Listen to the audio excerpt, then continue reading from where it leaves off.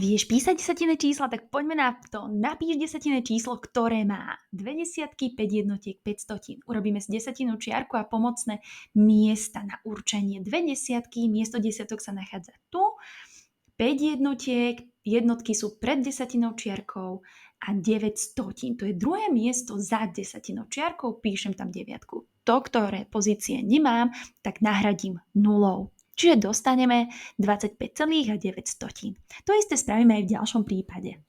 Keďže máme 3 stovky, dáme si 3 čiaročky pred desatinou čiarku a na tú tretiu, teda prvú v našom prípade dáme trojku. Desatiny sú číslo hneď za desatinou čiarkou, kam pôjde štvorka, ostatné pozície vyplníme nulou. Poďme na ďalšiu úlohu. 4 stovky, 80, 60, 1 stotina, 4 stovky, čiže štvorka pôjde na túto pozíciu, 80, osmička pôjde sem, 6 desatín, šestka príde hneď za desatinú čiarku a za šestkou pôjde jednotka, pretože máme 1 stotinu. Doplníme nulu. Ako bude vyzerať číslo? Toto posledné napíš mi do komentára.